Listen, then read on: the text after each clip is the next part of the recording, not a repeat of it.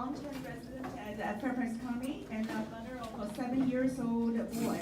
Like all the mothers and being a naturalized Chinese American, education is the first and foremost priority of our family. On Tuesday, November 5th, it will be a election day in Fairfax County because the issues and the stakes are so great now. I felt I should not sit on the sidelines.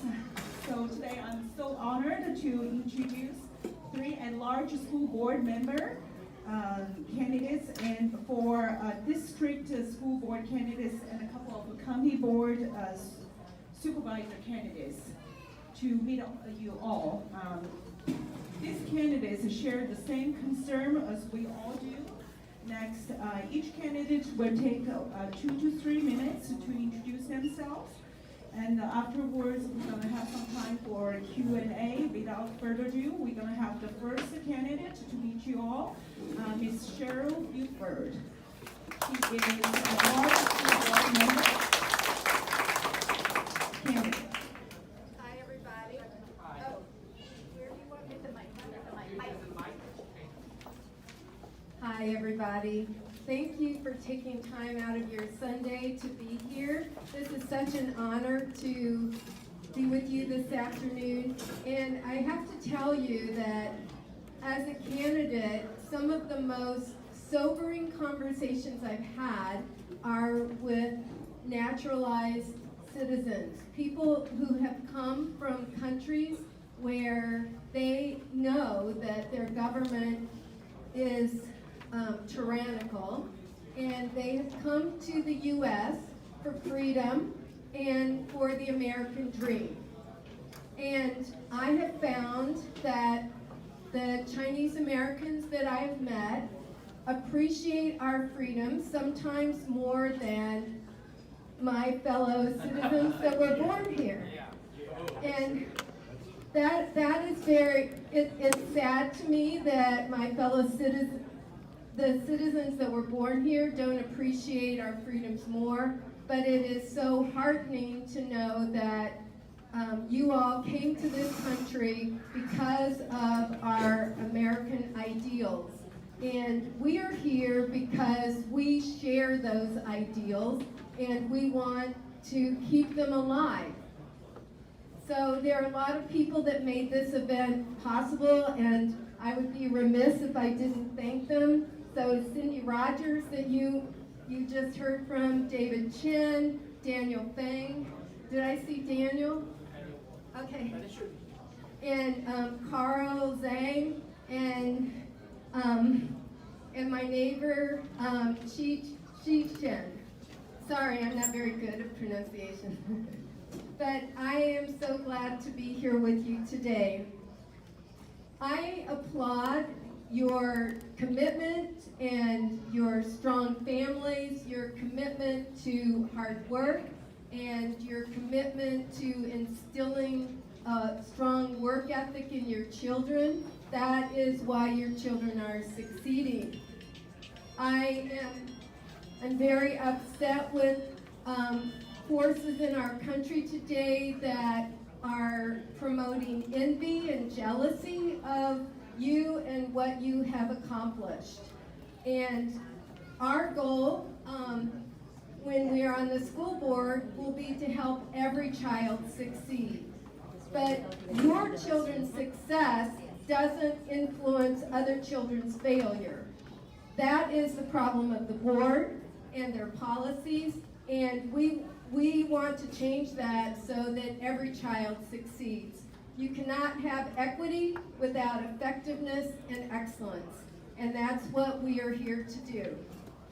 So just really quickly, a little bit about my background. Like I said, we all share the same core convictions, but we bring different strengths to this. I started getting involved with Fairfax County Public Schools almost 20 years ago when my son was 6 years old. So both my children have now graduated. They were blessed to be in advanced academics, and my daughter even went to TJ. So I was involved with the various volunteer roles. My last one was to be on the Government Relations Committee at TJ, where I helped secure additional funding from Richmond. In addition to this, and the reason that I feel like my work in the schools isn't over, isn't finished, is because I have extensive background in education and public policy. I'm a former teacher. I worked at the U.S. Department of Education on programs to improve outcomes for at-risk youth. So I work with nonprofit organizations. What you are doing here today to help your own children, we need to replicate across the district, where we have groups that work with children who are struggling. And so this can be a model for other schools as well. So I thank you. I ask for your vote on November 5th. Remember, I will always work for you. I have no other agenda. That's why I'm here. So my name is Cheryl Buford. I ask for your vote on November 5th. Thank you.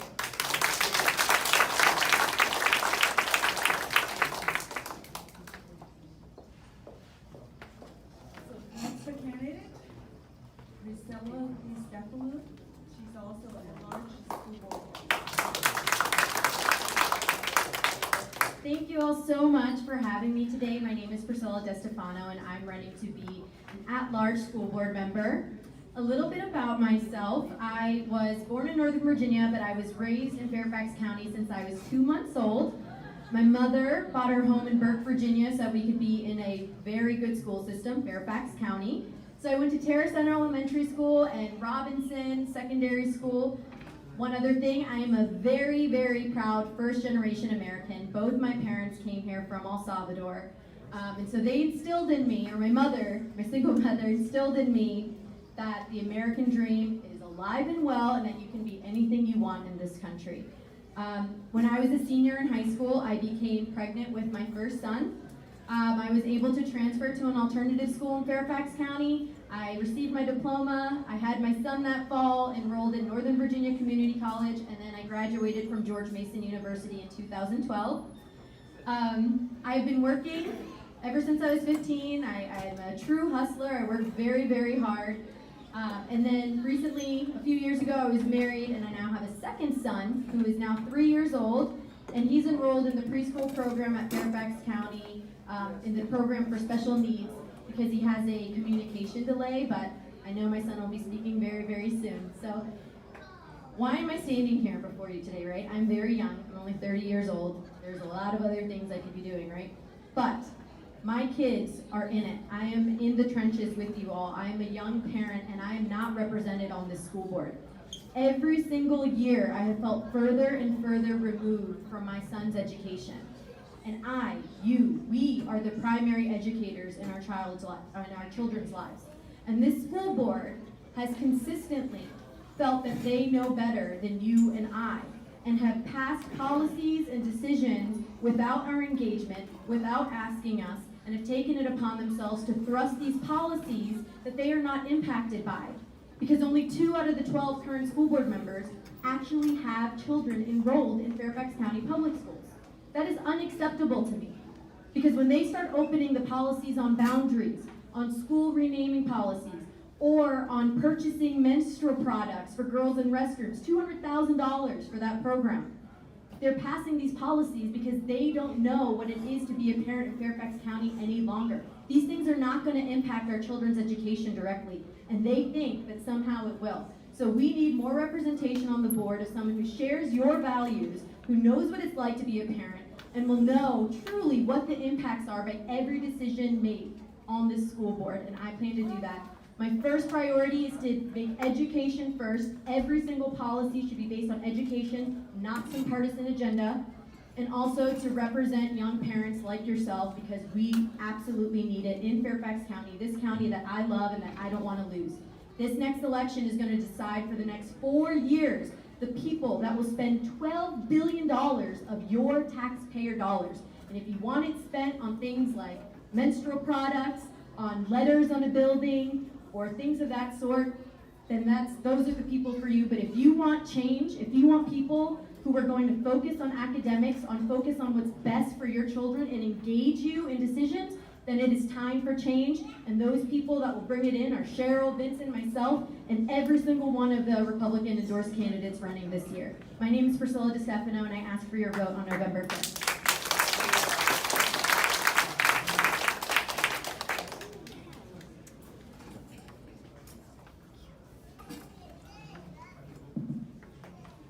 Hey, how are you doing? Really glad to be with a lot of Asian people. I'm one of them. And you know, wherever you look at the statistics, it's so funny. They put it all based on races and ethnicity. Like Asian Americans on top, white Americans after that, Hispanic, black, in that order. I'm so tired of hearing this. I'm really so tired of hearing this. If you look at the successful children, successful families, and if you look at the practices they follow, there is no color to it. There are definitely kids from all different ethnic groups who do really well, and they all do the same things. Their parents do the same things. So the first thing that I really wanted to propose is to get rid of this racial, color-based classifications that creates a lot of jealousy, a lot of unnecessary envy and divisions in the community. Asian Americans didn't bring TJ from Asia. We didn't bring Harvard or Yale from Asia. They were all here. So when our kids are doing very well and getting into these programs by hard work or whatever the families are providing them in terms of additional resources, why that has just because we are Asian? Why don't everybody learn from this? We are 20% in this county, 20% of registered voters. Forget about the people on H1s and green cards and all that. 20% of registered voters are Asian American in Fairfax County. 1/5. The Fairfax County school system has a moral obligation to learn from the success of Asian Americans if they consider Asian Americans successful. And that's what we are fighting for. And we had one person, of course, on the other side of the politics, on the school board, and they didn't endorse it, Mr. Moon. You know why? Because Mr. Moon was too moderate for them. So we want representation. We want our voice. We want to tell the rest of the county, this is how we do it. This is how we do it. Look at this school. Have you seen any school board member visiting your school anytime in decades that they were on the school board? They don't know how achievement happens. They don't know how success happens. They have no clue. They think it is in the zip codes. They think it is based on color, ethnicity. It's not true. So we want to work on those best practices that make kids successful in schools. And we want to cherish those best practices, those values. I am aware of the fact that not everybody has the same resources to send children to programs like this or Kumon or Mathanasium to enrich, to supplement their children's education. Then why not we think about incorporating some of the good things that is happening in this kind of establishments into our school system so all kids can benefit without spending the extra money. Okay, and we have a lot to learn from you guys, from the home. I came here one time before, but I was so used to Kumons, the Japanese math program. That's where I send my children. Now, I don't want to take too much of your time. I want to represent you. I will be representing the Asian values. If there is something called that, I don't really believe that. Those values have no color to it. So, I'm an Indian American. I came from India 27 years ago as an international student. I went to University of Nevada, Reno. I have my bachelor's degree in engineering from India. I have a master's degree from University of Nevada, Reno. I worked for Maryland State Highway, Metro Washington Council of Governments, Fannie Mae, Freddie Mac, then running an IT business right now with my wife in Tyson's Corner. I have two kids who went through the system. They went through the AAP programs, and especially when my first son was going, I know how much I was struggling. Because a new immigrant, I didn't have the money, but I still understood that he has to go to Kumon to do very well in FCPS schools. So we understand this achievement, whatever we make it happen, it's through such hard work. And both my kids worked hard. They bring the SOL results to class, to home from class, and they say that I got 97% in math, I got 95% in math. Why you want me to work more hard?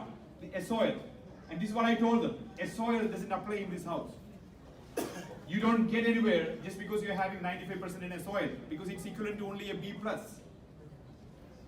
UVA or any other grade schools will not give you admission because you have SOL scores. So the hard work, the value of hard work, if you don't demand it from children, they don't know that. And that is why I'm advocating for academic rigor and of course fiscal responsibility. We buy good houses, we pay all the taxes, we have to know where this money is going. Mediocre results. From 2000 to 2018, the student enrollment increased only 25%. But our expenses, our operating budget increased 125% in the same period, in 18 years. And if you look at our taxes, our family incomes grew in the same period only 40%. Inflation, 53%. Real estate taxes grew by 176%. So where is this money going? Producing mediocre results. So we need to have a very good oversight on our budgets in Fairfax County. I don't want to take too much of your time. My website, vincentforschoolboard.com.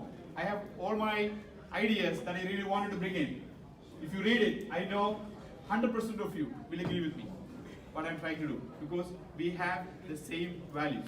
And counting on your support, just like Priscilla said, we have a very good chance this year to take this back. Not just one moon, but 10 members who share the same values that we all share. Okay? So let's fight for this. Thank you so much.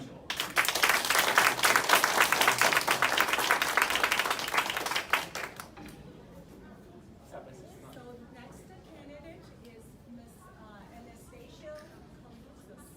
She is a Springfield district. She's not here. Is she here? She was here. She stepped on for a second. Yeah, I thought she was. So, here you go. So we'll have Andrea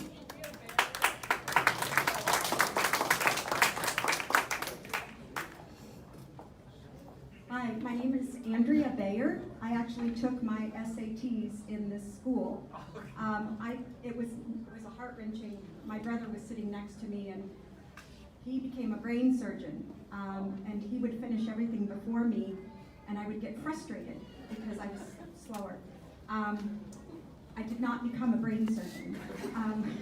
So, yes, I grew up in Falls Church, not the city, but the county portion, and I went to Timber Lane Elementary, Whittier Junior High, and Falls Church High School. I then went to William & Mary for 4 years, came back here for a job, and have raised my family in Providence District. I'm at the western end of Providence now, but Providence is my home. I was born at Fairfax Hospital. This is my home. This is my family's home. I'm a former teacher. I'm now a tutor. I've been going to school board meetings for 20 years. I am very proud, back in 2011 when that book, it was a book about tiger moms, and I never read the book. I never saw the movie, but all of my friends would say to me, Andy, that book is you. That book is you. And yes, I was proud to know that I was a tiger mom, and I'm still a tiger mom. But my oldest is a Black Hawk pilot in the Army. My middle daughter graduated valedictorian from her honors program at Elon University, and she now works for IBM, and she's a published researcher at age 22. So my youngest is a junior at Oakton High School. What I envy the most, and what my message to you, I go door knocking. I've been door knocking. I've knocked thousands of doors. When I knock on a door of an Asian or an Indian Asian family, the parents are sitting with, I can hear music. It's usually the piano. Sometimes it's a violin. This is on a Sunday, this is on a Saturday, this is on an evening. Americans used to do that too. We don't do it anymore. I go work the elections. My kids were swimmers. Asians are swimmers. Americans, we don't do that anymore.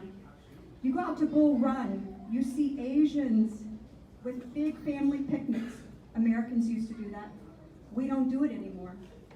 Our kids used to respect us. Our kids don't do that anymore. Do not let America cheat you out of the respect that you have in your family. I see it. I see it all the time. You rever your elderly, or older people. Their children, your children know their place. I go door knocking. I've had children jumping up and down, waving their arms in front of their parents' faces, and their parents do nothing. We don't have to go anywhere to see the disobedience, the disrespect, the failing of our grades and our school system. What we do have to do as adults is not be afraid to stand up for what we know is right and be afraid to be called a lot of names. I like the name Tiger Mom. I've been called lots of names. I was born with a very radical facial disfigurement that I didn't have rectified until I was 12 years old. I'm not a victim.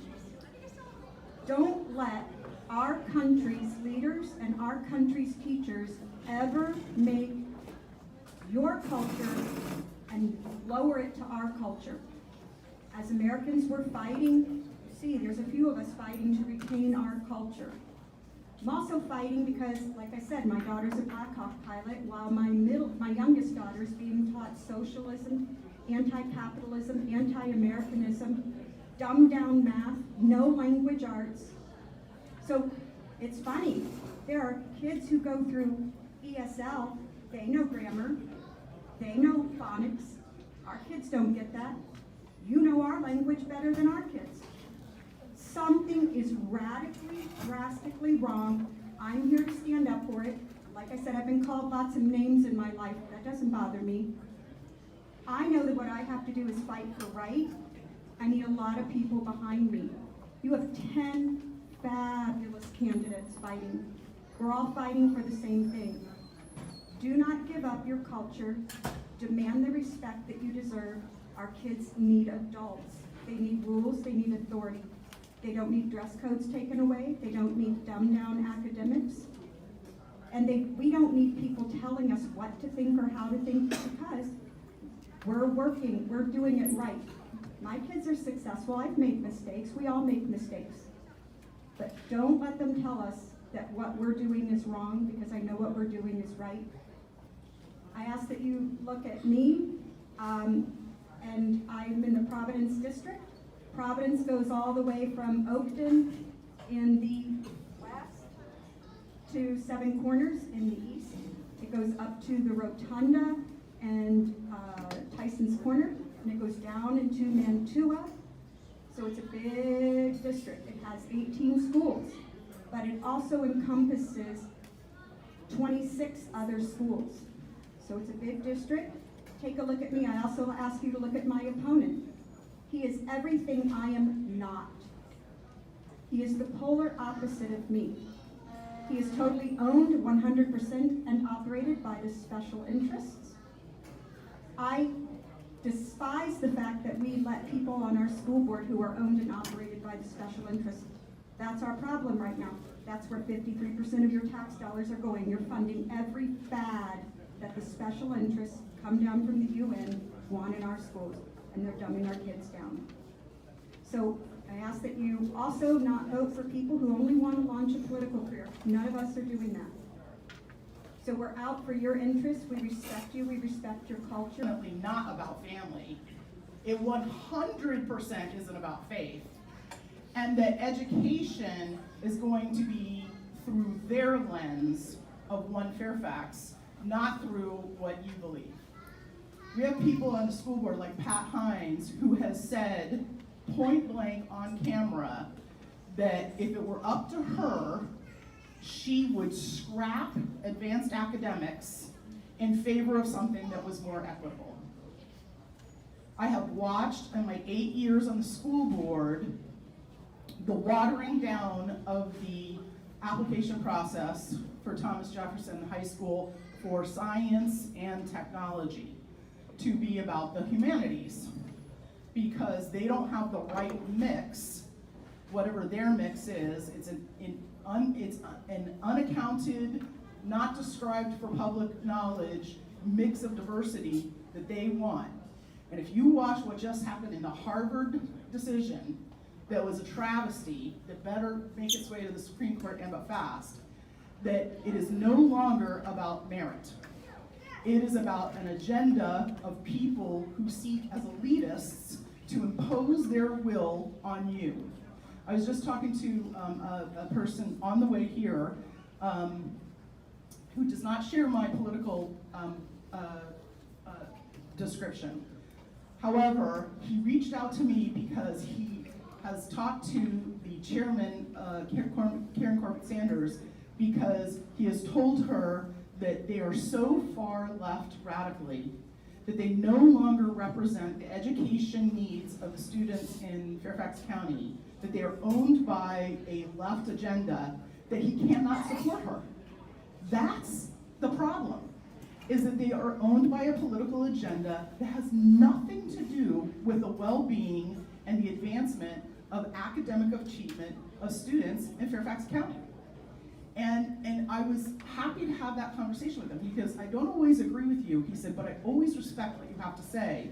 And we are at a point where people have to wake up and understand what is happening on this school board, and if they, in their own self-interest, for their own children, but not just for their own children, but for the betterment of Fairfax County, because they're pushing an agenda that says one Fairfax, that is reshaping the future of Fairfax County in their view, not our view. That's what's going to drive economic development or lack of it.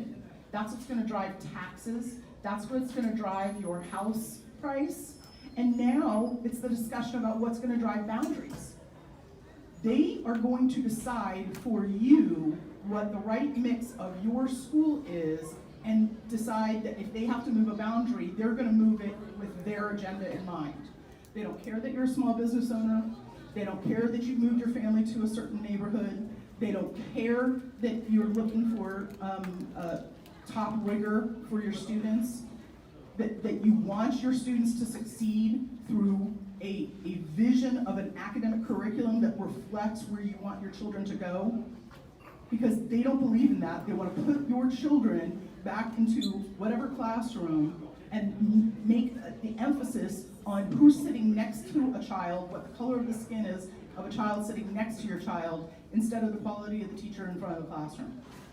Instead of whether or not your child's sitting in a brick and mortar classroom instead of a trailer.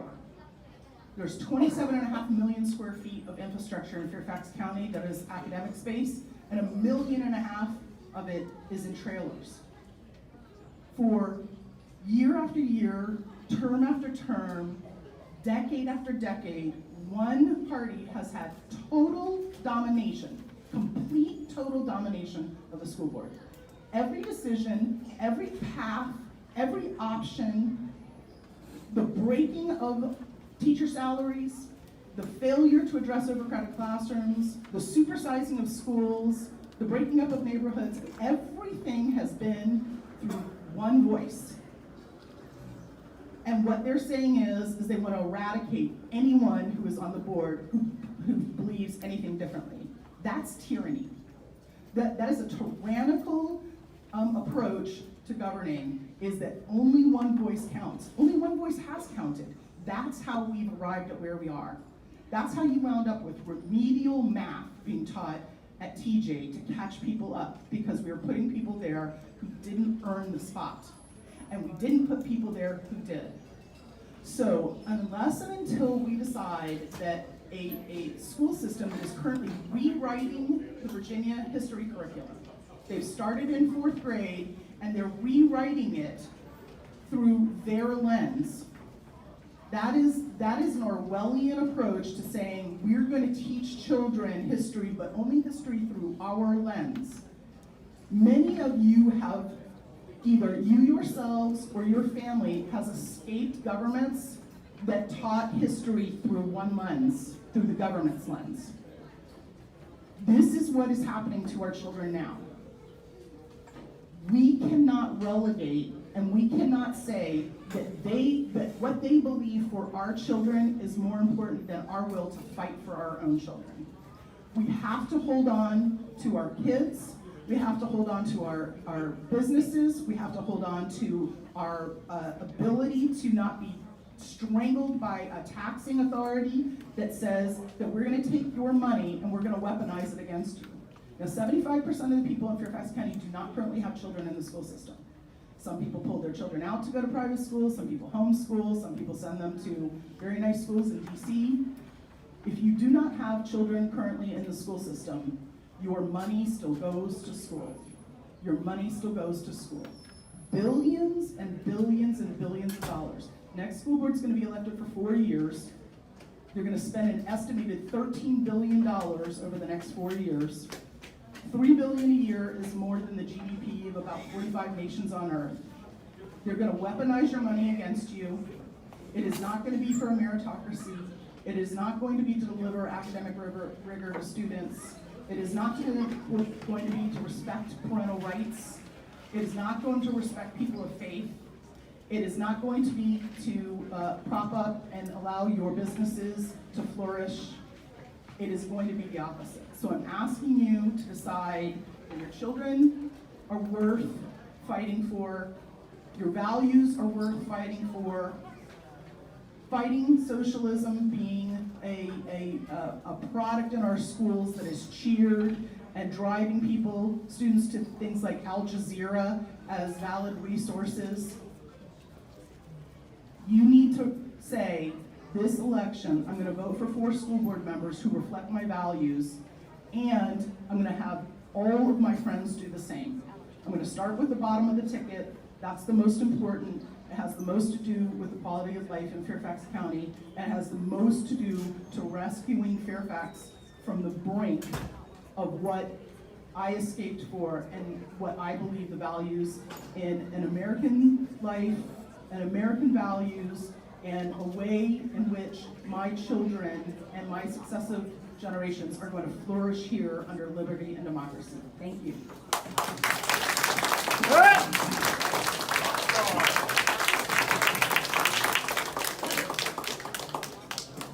Can I just add one more point?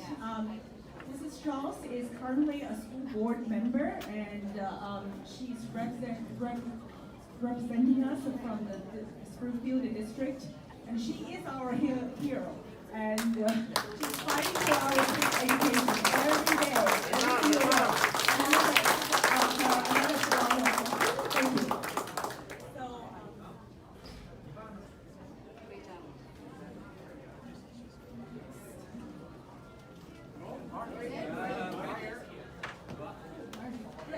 yes. Next candidate is Board of Supervisor candidate.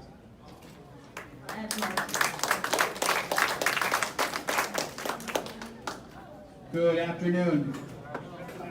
Raise your hand if you like where you live. Where you live. If you like your home, your neighborhood. What we've seen in the last few months is that the leaders of Fairfax County, the Board of Supervisors, the school board, have been openly dismissive of what we want for our future.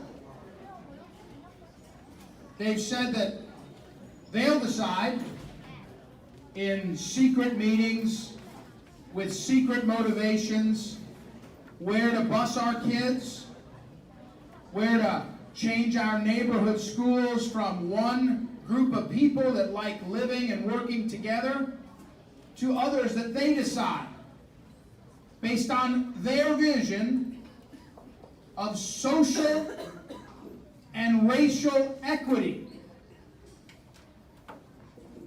There's a lot of smart students in this building coming in and out that got projects here. They would tell you that if you get to define the words, you've got all the power. Social and racial equity. Not what you want for your kids, but what they want for their future. My name is Ed Martin, and I'm running for the Drainsville Supervisor position to be on the Board of Supervisors that manages all of our county's government. Drainsville District is McLean, Great Falls, Drainsville, and part of Herndon. And I'll represent that group of people, and I'll do it well, as I love where I live. I love my family. I have 4 kids, a wife who's a geriatrics physician. We have a great dog that I'd like to give away now if I can, because she just peed all over the, well, never mind. I'll represent my constituents, and if you live there, I want to ask for your vote. But I'm asking for you to help me get on the Board of Supervisors, because the Board of Supervisors is out of control. They're not, they're not just coming up with a list of one Fairfax, names they come up with, things that they want to do, but they're spending our money. 1 week ago today, the Board of Supervisors put an ad in the paper, and they said, we just realized we have $2.5 billion left over, and this is public notice that we're going to spend $2.5 billion in this year's budget. On what? They didn't tell us what's in the budget for extra $2.5 billion. You know what they're not spending it on? Classrooms instead of trailers, law enforcement instead of lawlessness. We have gang problems in the west of the county. We have problems with developers doing things in our communities that we don't recognize, they don't tell us.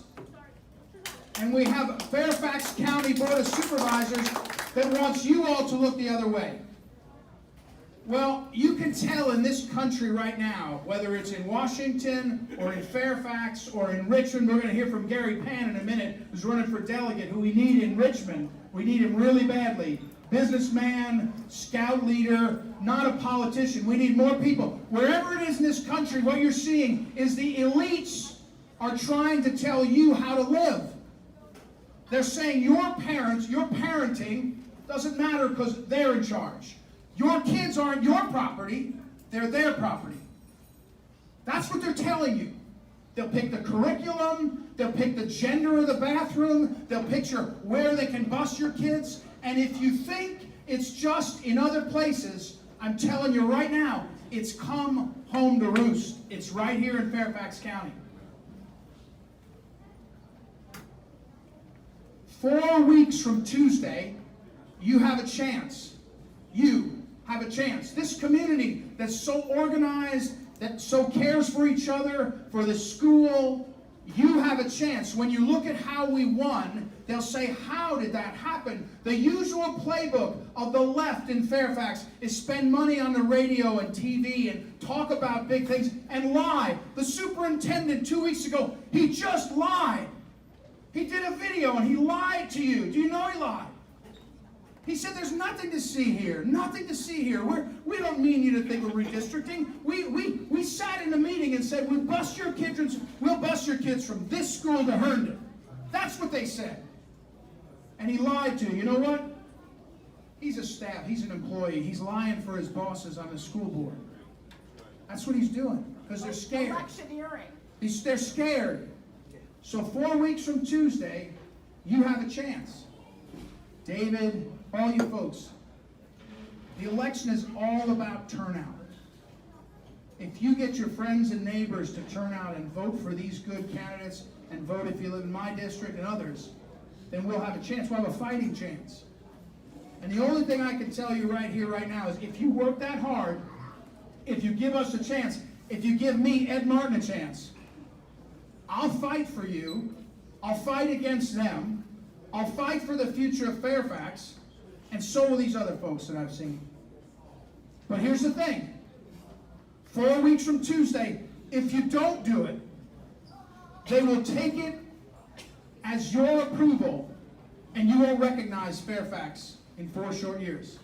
The Board of Supervisors will spend your money like crazy on terrible things. The school board will continue the trend, and you will be looking at how well you can find neighborhoods and communities in Loudoun County. Write it down if you don't do it.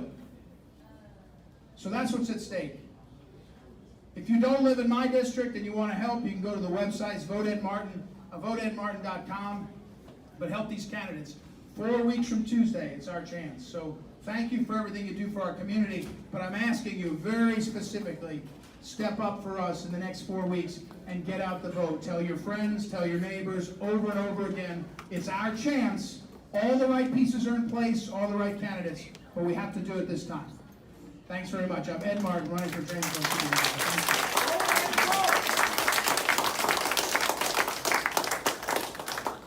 So next candidate is Ms. Sri Lanka Hill. She is from the Sully's District, Supervisor Board. Thank you, Cindy. Thank you, David. That's a tough act to follow, following after Elizabeth Schultz and Ed Martin. I'll do my best, right? I am Srileka Pala. I'm running for Sully District Board of Supervisor position. Sully District is parts of Clifton, parts of Herndon, Fairfax, Centreville, and Chantilly. How many of you are from those areas? All right, I have one audience too. But one of the reasons I decided to come out here is I think Cindy and David made a good effort to tell us that this is more of surrounding. But one of the reasons I came out is to make sure I support my own people. But also I say that every person in here will either have a stake in whatever happens in Fairfax County, regardless of the magisterial district you live in, and also will have a friend or a supporter that lives in the Sully district that I'm running, right? Like Ed Martin said, I'm going to just talk a little bit about school board because school board members have talked a little bit. I'll go back to what Elizabeth Schultz briefly mentioned about Harvard. How many of you are aware of Harvard? What happened in Harvard? Nobody? Harvard, come on! Yeah, come on, everybody should be. So if I have to just sum it up, Harvard University basically said that there was a case that Asian Americans should be very well represented in Harvard, but Harvard came back and said there is no bias, and Asian Americans are admitted the way they are admitted. But the root cause of it as a bottom line, if I have to just cut to the chase, they said that Asian Americans do not have personal traits like every other American would have in order to be admitted into Harvard University. So reading that, it just totally bothered me. I think bottom line is if we don't have school boards or supervisor boards that are representative of Asian Americans, whoever is saying up there, saying that these are the personal traits that need to be had in order to get these students admitted, will have no representation. So bottom line is we need to be represented in school boards, we need to be represented in board of supervisor, we need to be represented in governing board, we need to be represented as part of advisory counseling in Harvard to understand what those personal traits mean. Does that make sense at all? So the reason I say that is it has to start right from here.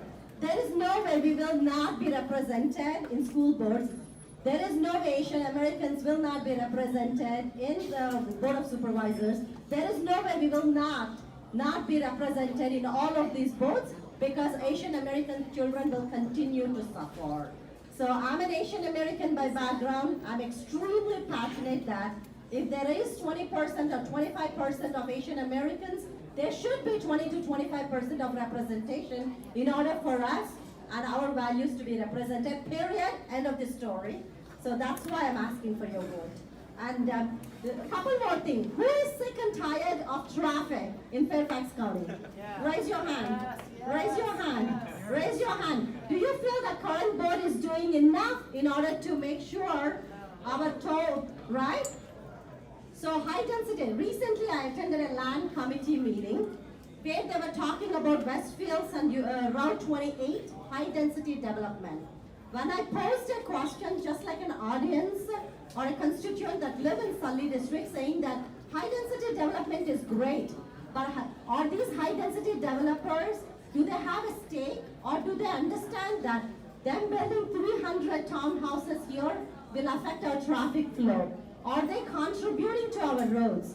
Do they understand that this will affect our schools because we'll have 300 more children? Do they understand that this requires more police officers on the road? None of the land use committee folks had any answers to that. That is what currently is happening in Board of Supervisors. They make these decisions with high density developers, not understanding the comprehensive traffic plan or not understanding the comprehensive tax plan that results in excessive traffic. And that has to stop. Density development is great, but if it is not synchronized with infrastructure, we will be sitting on Route 66, we will be sitting on these highways, paying $43, $36 surge tolls, endlessly spoiling our quality of life. Do you guys all agree with that? So we cannot let that continue to happen.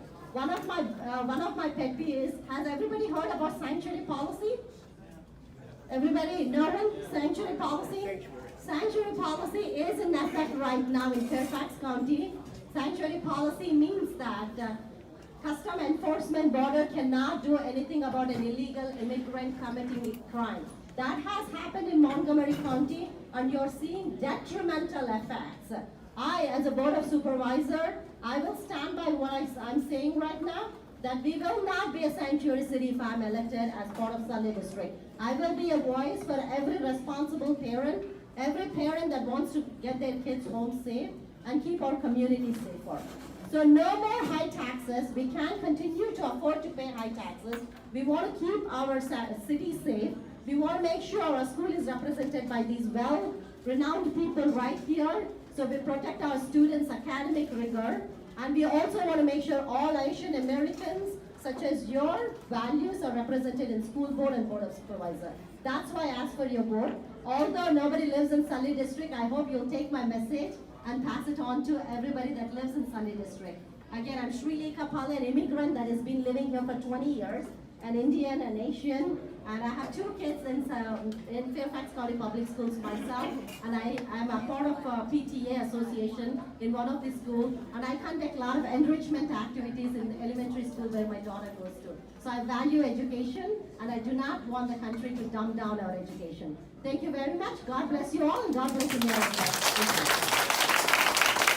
Thank you very much. Grangeville District represents McLean, Great Falls, and Herndon. So hopefully if you're in my district, you can vote for me. My name is Anastasia Carlutsos. I'm the mother of 4 current FCPS students. My oldest is a freshman at Langley. I have a 7th grader at Cooper, and I have a 5th grader and a 1st grader at Churchill. And I'm running because as a parent, I feel that the school district is going in the wrong direction. And I really believe that as parents, we need to voice our concern and we need to stand up and speak up. Elizabeth Schultz and Tom Wilson are the only 2 school board members that have children currently in FCPS. And we are fighting for all children. I think that as a parent, I have the skin in the game. Whatever policies I vote on will be affecting my children and your children. And I think that that brings great value because we really need to stand up and speak up. My policy is the ABCs, academics. Our job as a school board is to make sure that all children are receiving the academics to help them succeed at any level. We have children learning at all different levels, and we need to make sure that we're accommodating all of them and giving them the resources and supporting our teachers. The way children learn is by having qualified teachers teaching and making sure that all children are succeeding. The next is budget. We need to be more fiscally responsible. We have a $3 billion budget, and we need to make sure that the programs that we value are getting funded and not wasting money. And a lot of you might have heard the policy with regards to changing school names. You know, they changed Jeb Stewart to Justice. It cost almost $1 million, and they have 32 more schools that they're proposing to change the name. And the policy, they want to have limited input from the community, and even when the community did advocate against changing the name, they still didn't listen to us as parents. And I think that we need to be investing our funds into the classroom and not on the names of the building. We have over 800 trailers right now. That's 22,000 kids learning in unsafe trailers right now. We need to get all the kids into classrooms, into small class sizes as well. And that's another thing. We have AAP kids with 36 kids in a classroom. And that's unacceptable. Our kids deserve better. The third thing is community schools. I want all our children to learn within our community. There's no reason to be taking our kids and busing them just because the school district thinks that we need to be using socioeconomics and race to help diversify schools. I believe our schools are quite diverse, and that we need to focus on bringing the resources to the kids where they live in their community. I also believe that Our communities have a role to play in this. You know, we need to get our nonprofits involved. We need to get our ethnic communities involved and help mentor and help provide internships. That's how kids succeed. And being able to make sure that all the kids have access to tutoring, right? That they all have access to resources that we want all the children to succeed. Last and not least is safety. School safety is a priority for me. My background is actually in school safety. I was the first school subcommittee chair on the Southeastern Pennsylvania Counterterrorism Task Force. After 9/11, I worked at the School District of Philadelphia, which is the 4th largest school district in America, and I said, you know what? We need to be at the table. They want to make decisions for us, but there's nobody advocating for schools. So I was nominated and chosen to represent schools in 5 different counties and bringing resources to school safety. But now fast forward, and we're in 2019, and our schools are not where they need to be. We need to really focus our resources into making sure that all our children and our staff are safe in our schools. And mental health. You know, we focus on mental health in high school, but how about in elementary school? Building our children, making sure that they have study skills, making sure that they have the self-confidence to succeed. It starts in kindergarten. You can't wait till high school to start these programs. We really need to make sure that all our children and all our staff feel safe. My website is Anastasia4kids.com. Please visit, and I love your input and your support. Anything you can do to support me and these other great candidates is greatly appreciated. Thank you very much.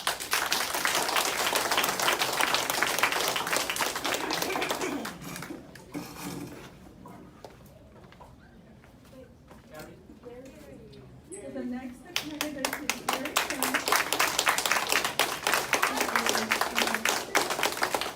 The House of Delegates representing Great Falls, North Vienna, Weston, McLean, Eastern Skirts.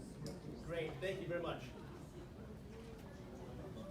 And I'm going to speak in English just so that my friends over here in the front can understand, okay? My name is Gary Pan. My name is Gary Pan, and I am running for the 34th District of the House of Delegates. And I'm running to fight for our future. I'm running to fight for a voice for our community. It's been too long that Northern Virginia has been totally neglected by the Commonwealth. We send money down to Richmond, and we get only a portion of it back. Let me tell you a little bit about myself. So, my parents, they came here from China to escape communism. I've actually been very fortunate. I've actually lived the American dream. Part of that dream was I grew up outside of Boston, and I went to Chinese school. That was part of my dream, right? And I'll tell you what, I try to climb out the window, try to go out the door all the time. I remember going for my 45-minute drive to Chinese school and doing my homework in the car on the way there. Your kids never do that, right? Asians don't participate. I hope that I could get to Harvard based upon my credentials. So let me tell you what, my campaign has knocked on about 10,000 doors already. I personally have knocked on about 2,000 doors, and I've learned a lot about our district. And it's very, very diverse. How many people live in one of these areas? Okay, great. So hopefully I'll knock on one of your doors soon, okay? A lot of the things that people are worried about and that I'm planning on focusing on down in Richmond include we need to keep our taxes low. We need to prioritize. We can't always spend on everything that just pops up and is flashy. We need to make sure that we have a vibrant economy in regards to jobs. Some people say, you know what, Gary? The unemployment rate is so low right now. Why are you worried about that? They say, Gary, Amazon's moving to this area. Why are you worried about this? The responsibility of the people down in Richmond is to think about the future, not about what's in the past or right in front of us. You have to think about the future. Part of that future involves making sure that we have a couple key fundamentals down. Education, we've talked a lot about that. You know, I agree it's all about academics, achievement, advancement. I also throw in affordability as well. I think that we need to make sure that we don't get caught up in this social engineering stuff, that we actually have a system of merit. Another area that's really important has to do with transportation. Who likes paying high tolls? Anyone? Okay. Anyone here ever been caught in traffic recently? Yeah, okay. So I'm going to tell you a little story about what happened to me recently. 2 weeks ago, I was driving on Georgetown Pike, which is right, just north of here. And I got hit by a car. A car jumped over the double yellow line, and I almost had a head-on collision. The cars hit each other, the side mirrors were smashed. We turned around and I talked to the person who was driving the other car, and she says, well, I'm not from around here, I'm from Ashburn. Nothing against Ashburn, okay? She says, I've never been on this road before, but I'm trying to go to Maryland, and I wanted to avoid the toll, so I just cut through Georgetown Pike. And I'm like, this is a windy road, this is really dangerous.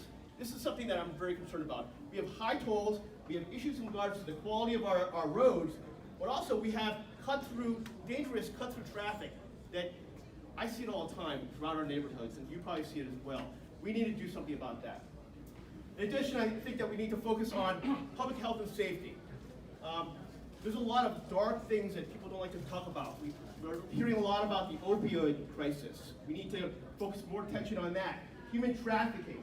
Definitely people don't like to talk about that, but it's huge in this area, and I've met some parents that have been personally impacted by that, and we need to address this.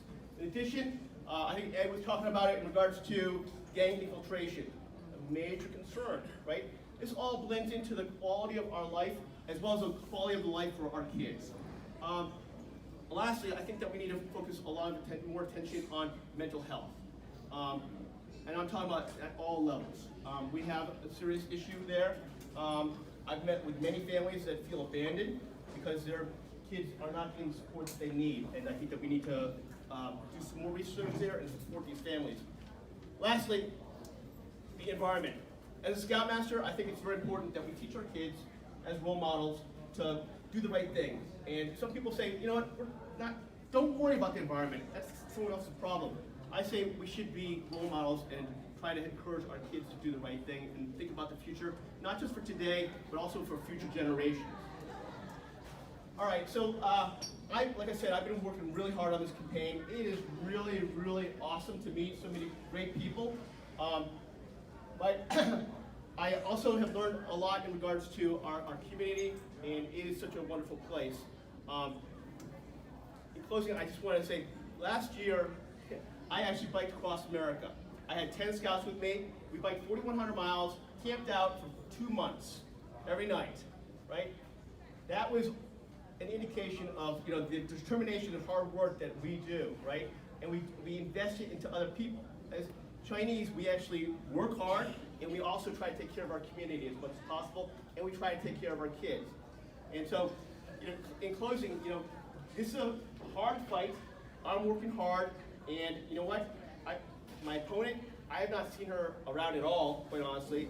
I think that what we need to recognize is just like the situation with Harvard, the people who are actually really smart, have a lot of experience, and are working hard should have the opportunity to step up to the next level. So with your support, I really appreciate coming out there and voting for me for the House of Delegates on November 5th. Thank you very much.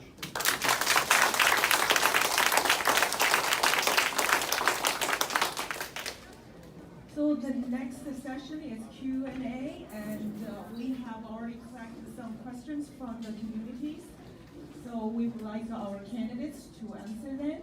The first question, the current school board proposed this new vision called Warm Fairfax. What's your opinion about large-scale rezoning of school districts, the criteria of setting school district boundaries in such a manner, possibly leading to busing and bus-out situation?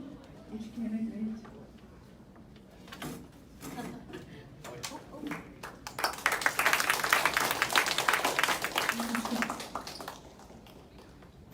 Look, I just posted something on my Facebook page yesterday. There are candidates running for and current school board members who are saying, we are not going to bus your children.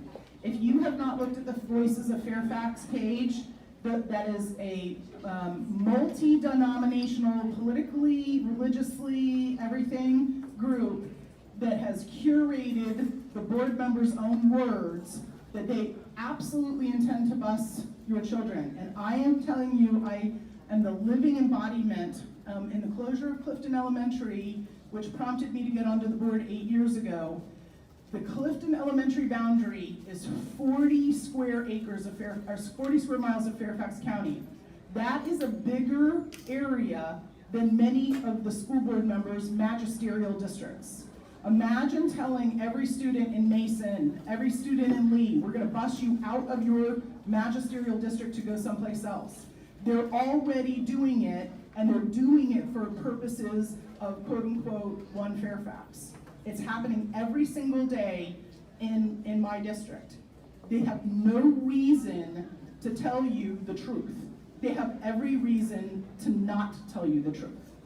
They do not want you turning out for this race because they want to do this. It is why the superintendent's video that got issued 2 Fridays ago to every single person in Fairfax County Public Schools did not mention the words one Fairfax, even though it's the underlying purpose for redoing the boundary policy in the first place.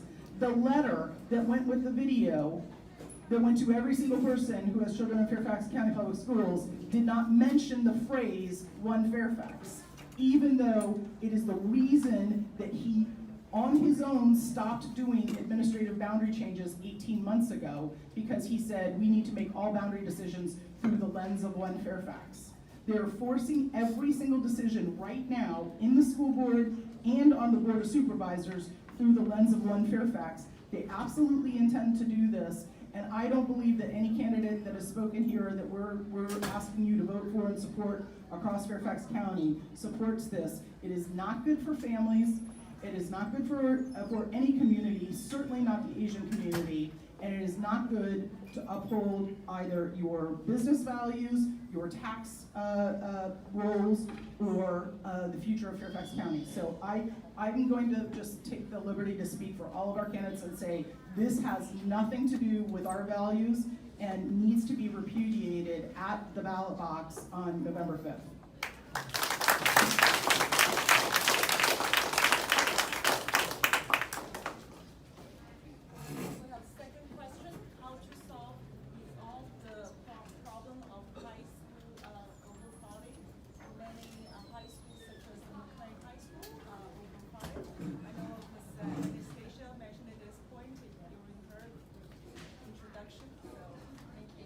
Well, McLean High School is in my district, and I honestly feel horrible for the parents and the students at McLean High School because they've been neglected. Janie Strauss has been our, because I'm in the district as well, our representative for 27 years.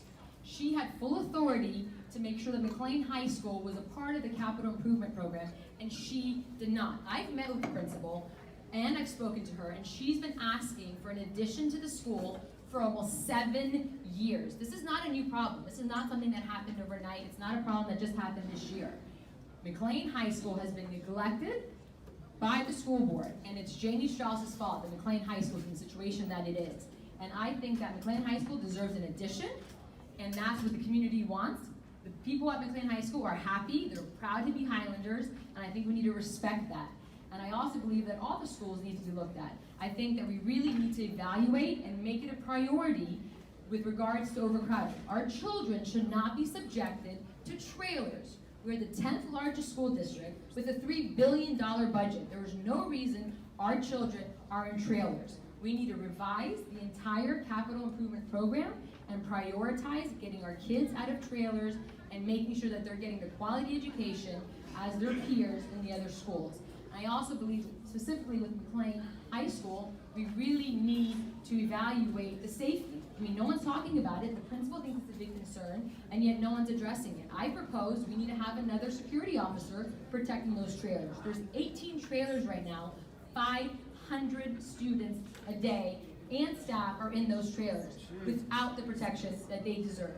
So I stand before you advocating, and I promise that McLean High School is a priority to make sure we address the overcrowding and a long-term approach, not this Band-Aid approach of let's move some students, because that's not going to help McLean High School long-term. That's going to only help a few students. Even if we move some students to Langley High School, they only have about 250 spots available at Langley.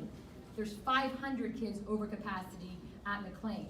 So some students will be able to go to Langley, but not the other ones. And then within a year or two, McLean High School is still going to be over capacity, and yet they're going to drop in priority because they're not going to be as overcrowded, so they're not going to be high enough on the list to get a renovation. And that is wrong. You are actually hurting the students that are currently in elementary school and middle school that are a feeder into McLean. We need to stop playing games with our children and make sure that McLean High School gets the addition they deserve. Can I also answer that question? Can I? Let him get through the questions, Andy. Please. Actually, the next question is also very similar. What's the solution regarding the use of modular classrooms in various schools? You can start with the question, the full one.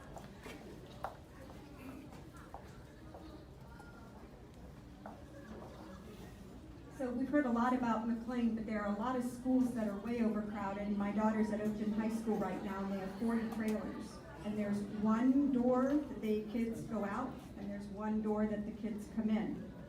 And so you talk about a major security risk, and it's enclosed in the tennis courts. So you talk about trailers. My daughter will spend all 4 of her years at Oakton in trailers.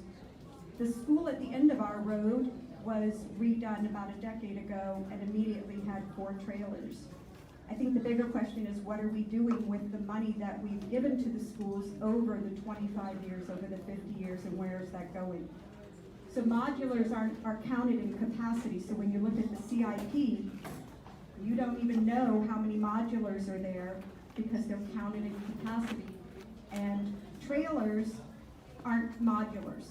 So modulars are not your brick and mortar building, and so you kind of hide capacity numbers when you talk about modulars, and I don't see that as a real solution.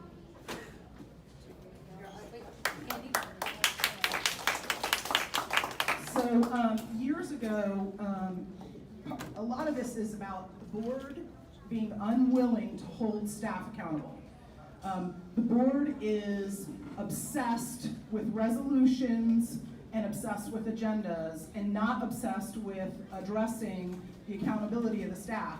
Part of the reason that we have overcrowding and the reason Oakton has so many trailers is they're going through a renovation, but I think they're projected at the end of the renovation to be overcrowded. West Springfield High School was just renovated. I just went to the rededication, and they're at 105% capacity right now. So there was no plan to hold staff accountable on getting the numbers wrong. Part of the problem is that I did the homework myself because staff won't do their homework, won't show their homework. And after 8 years, I'm finally getting them to show in the next capital improvement plan. They always project the numbers out 5 years, but they never show their homework. They never show what their projections actually yielded. And that's the board refusing to take on its responsibility to make staff show their work. I did a calculation on all of our elementary schools, and our SAC classrooms are owned by the SAC program, the after-school care program is run by the county. The classrooms inside our schools and elementary schools, for example, are basically owned by the county. The school doesn't own it. So during the academic day, 6th largest recipient of unaccompanied minors in the nation. We can't do anything about that. The federal government, under a Supreme Court decision called Plyler v. Doe, P-L-Y-L-E-R v. Doe, from the early 1980s, says that we cannot do anything about asking about somebody's status when they register to come to school. So we are left with the need to meet the needs of every student who comes to our doors who is registered. That being said, just because we have to serve every student, it doesn't mean that we don't get wiser. In 2015, I believe, I had a high school principal come to me in desperation. She had a 14-year-old girl who was dating a 20-year-old illegal immigrant. And she is in a quandary about whether or not to tell the parents. And I said, of course you need to tell the parents. And I said, why do you have a 20-year-old in your high school building?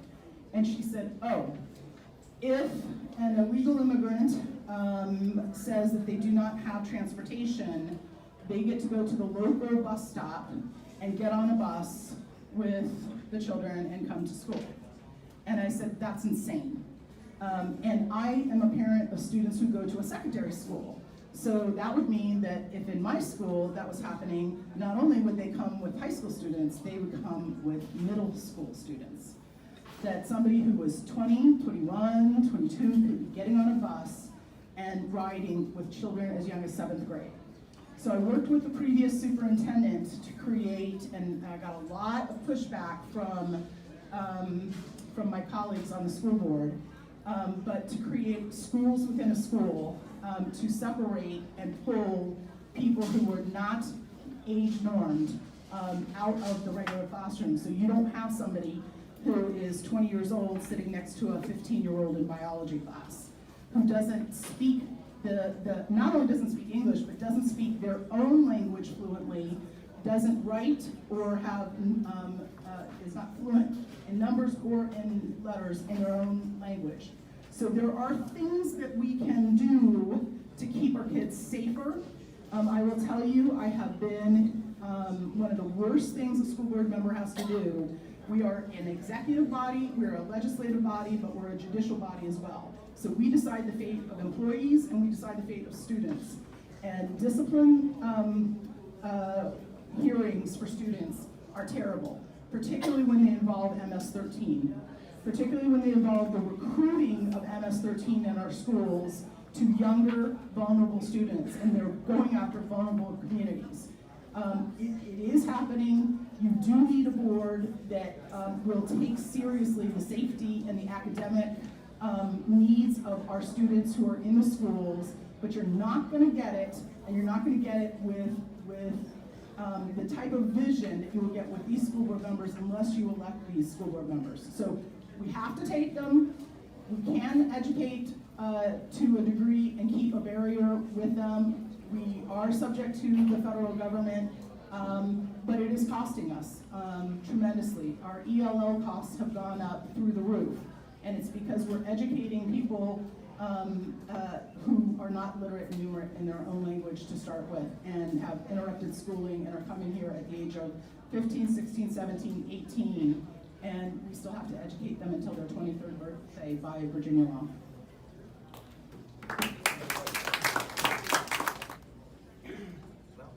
Thank you for the candidate coming to our Chinese school to talk to us. So we really appreciate you listen to us. I have one request.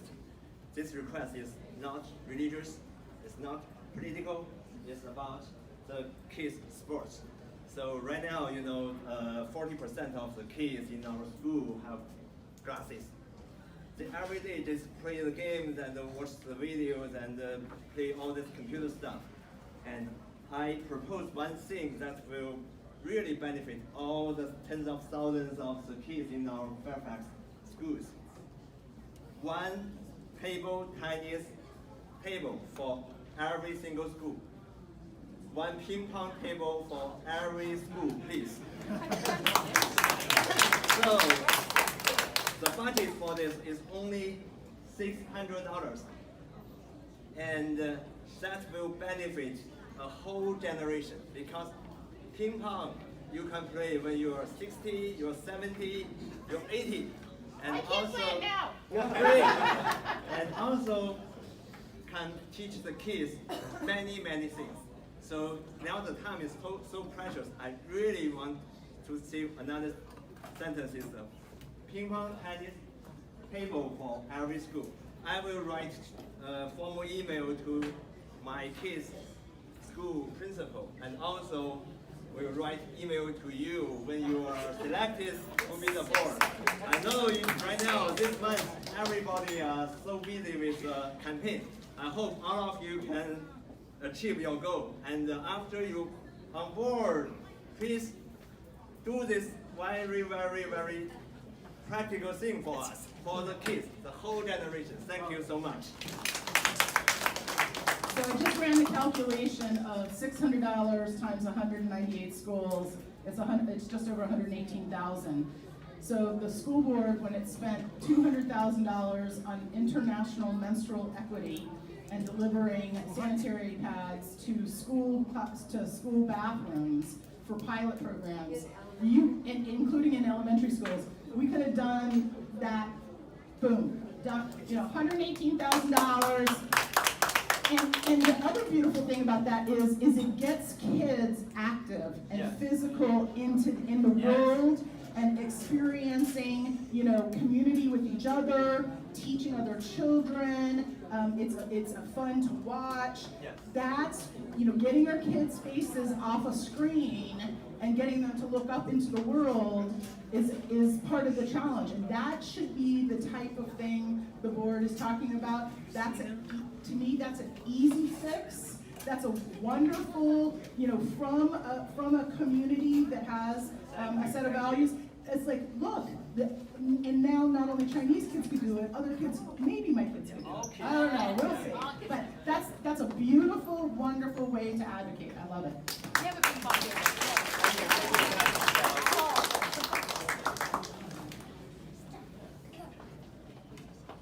Anybody else? So anybody else?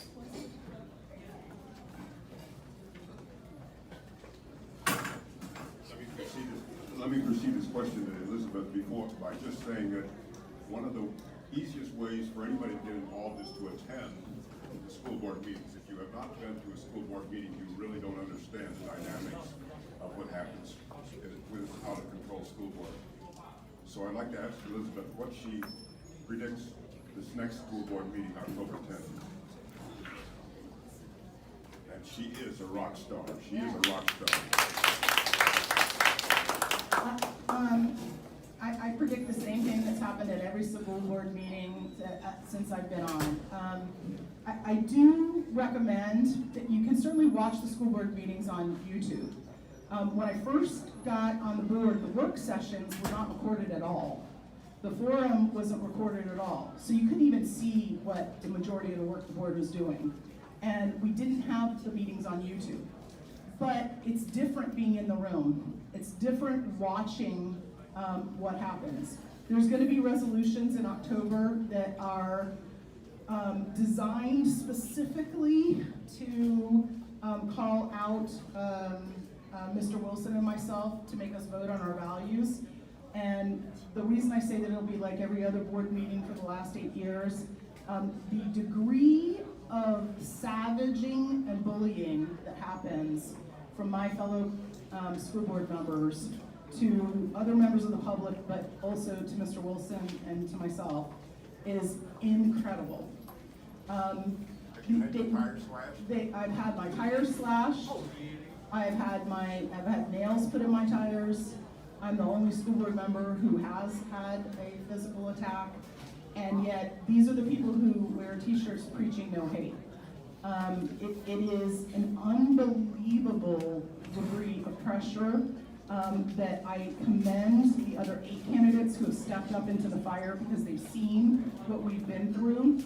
I do ask that in addition to voting for us and telling your friends and your neighbors and your colleagues to vote for us, in addition to going to our websites and financially supporting us or sharing our stuff through either Chinese social media or regular social media, I do ask that you pray for us because we do suffer a tremendous amount of attack.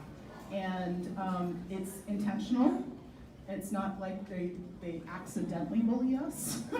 And I think it's something that happens unfortunately in the view of children, and so it gets repeated in our schools. And then conservative children are bullied in school by their teachers, by students, by administration, and the culture of fear that is built in not standing for your values and not standing for what you believe in, and allowing a student to write a paper on something or from a position or an idea that they believe in is something that is going to suppress future generations from speaking up. And if you watch what's happening in Hong Kong right now, and that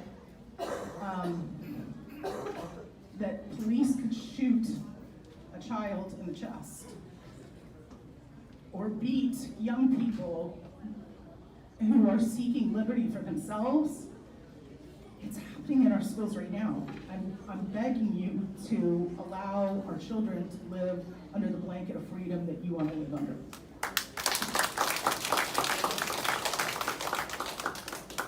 I just wanted to add a story related to what Elizabeth just said. A friend of mine told me that her daughter came to her on the morning of September 11th and said, "Mom, I cannot stand for the pledge because she was feeling so much peer pressure. She was the only one in her class that stood for the Pledge of Allegiance. She said, I just can't take the peer pressure anymore."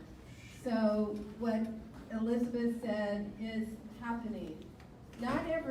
I'm sure not in every classroom, but it is happening, and so we need to change the board. Amen. Amen.